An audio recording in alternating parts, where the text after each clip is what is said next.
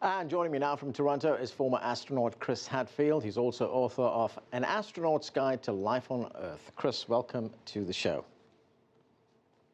Thank you, Anand. Let's look at some of the research I've been reading about you. You are one of 536 people who've been in space, and when you narrow that down even further to the number of people who've walked in space, you are one of just over 200 people. So you belong to a very exclusive club there. How did it all begin, and why an astronaut? Yeah, I guess it is sort of a club, but it's a very difficult club to become a member of. Basically, you have to devote your entire life to it. And I made the conscious decision as a kid, not that I wanted or dreamed of being an astronaut, but that I was going to turn myself into one. And that's probably the key difference in life is how do you turn yourself into who you actually want to be? It's not a matter of wishing and hoping. It's not a lottery ticket. It is an evolutionary, step-by-step process of giving yourself the skills and hopefully the characteristics that are someday going to set you up to do the things that are as close as possible to your dreams. Right, and so what was the process like? I mean, did you see an ad in a newspaper, astronauts wanted, something like that? Well, I consciously decided that I would like to be an astronaut when I was 9, and then of course, I looked at all the options, and Canada didn't have an astronaut program at that time, although we had satellites. But in 1983, with the start of the American space shuttle, Canada got an invitation to fly some payload specialists, some scientist astronauts on board the shuttle. And those were the first Canadian astronauts chosen back in 1983. And we flew our first astronaut as one of the crew members on a shuttle in 1984. So that really opened the door for a lot of international astronauts, including Canadians. And then Canada had a second astronaut recruitment in 1992. At the time, I was a test pilot, and it was, in fact, an advert in the newspapers, just a want ad, wanted astronauts coast to coast across Canada. And I was one of the many people that applied, and then luckily enough, through the long selection process, eventually got chosen and then served as an astronaut for 21 years. Right, as we mentioned in our introductory report, there was something like 5,000 applicants for the job. It was narrowed down to 500, and then they chose 4, and you were one of those 4 people.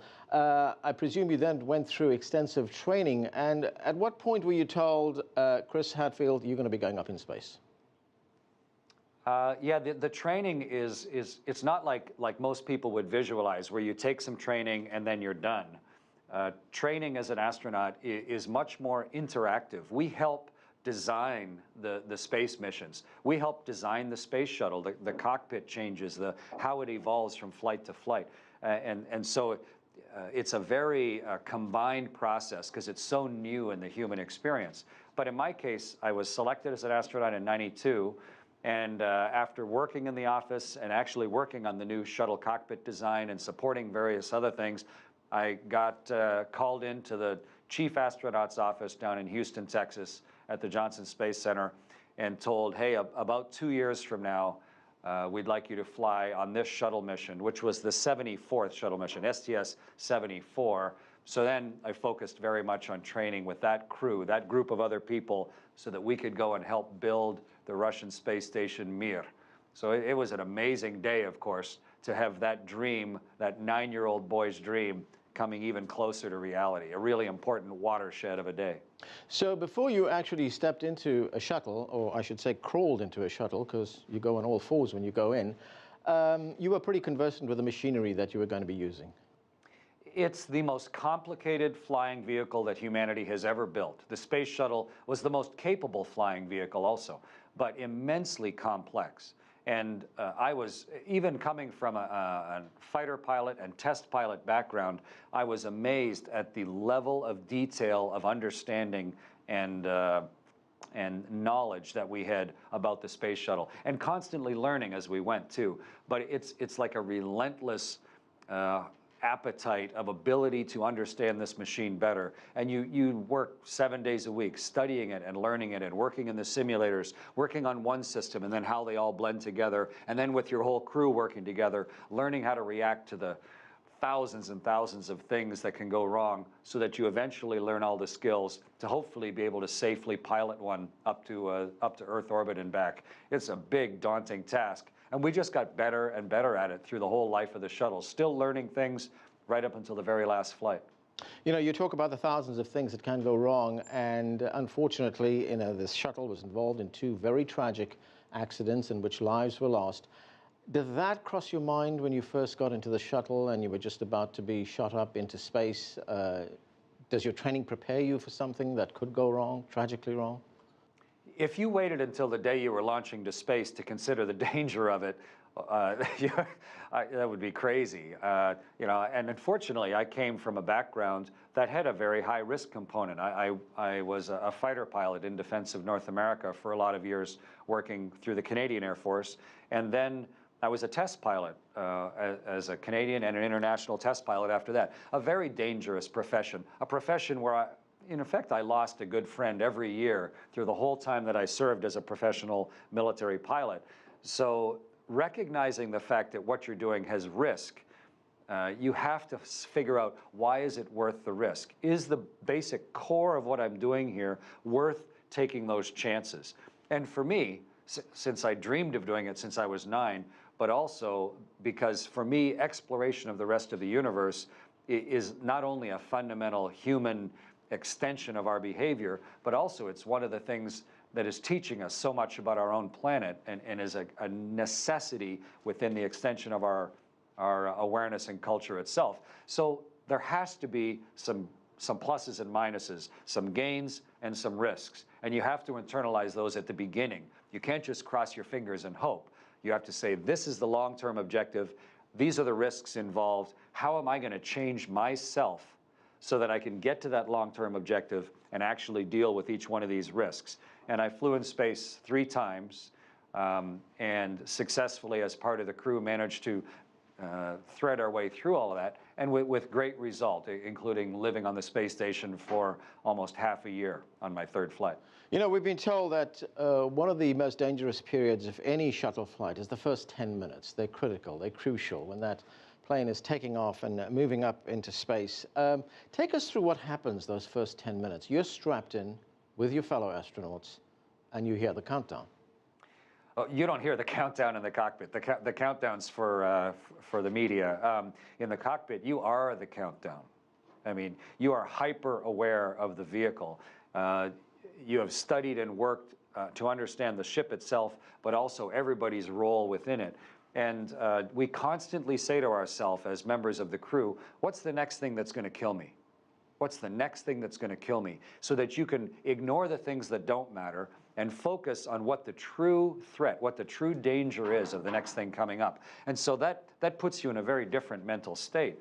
The ride itself is immensely physical, whether it's in the shuttle that I flew twice or in the Russian Soyuz that I flew on my 3rd flight. To be able to take someone up to orbit, to get them fast enough to be able to stay in orbit, takes a tremendous amount of power, especially to shoulder your way through the atmosphere until you get above the air. And that causes a great vibration. You need a huge acceleration. It's a really rugged, rough ride, punishing on the body. But meanwhile, you have to kind of distance yourself from it to focus on the reality of what's happening and your responsibility, playing your part in your own destiny and helping that vehicle fly safely. It's a real combination of a great physical load and a great mental load that you're trying to work your way through so that you can emerge at the end of it after the 10 minutes, as you say, where you are safely and elegantly weightless in space. And once you get into space, how long does it take from actual the time you launch until you actually dock with the space station? There's no railroad or anything from launch to docking, so you could take as long as you want. You know, it's a controlled process. If you do it as quickly as possible, if you were to launch exactly into just the right orbit and go and dock, you could do it in just a matter of a few hours.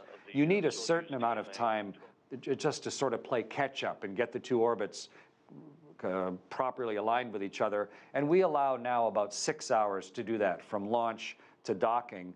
But in the past, we've allowed about 2 days, because sometimes you want to check out all the equipment on the vehicle, you need some time for crew adaptation to weightlessness, but it saves some time and money and fuel if you can do it just in 6 hours. So we kind of always protect for both.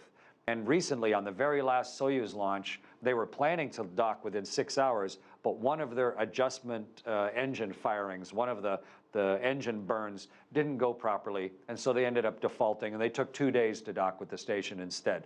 It's a long, slow game of catch-up before you can finally come in and dock and open the hatch and go into the International Space Station. Right, of course, and you don't go up there for a vacation, although it looks like you're having a lot of fun up there, but there's a serious purpose to these space flights which go up into the International Space Station. So you find that with all the experiments you have to carry out, all the work you have to do, that you're busy all the time?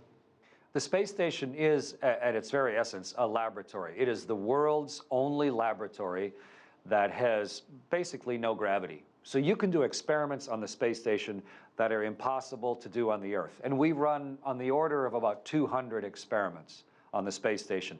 And there's only a few laboratory technicians, that's us. So we're running all of those experiments on behalf of all of the universities and businesses on the ground.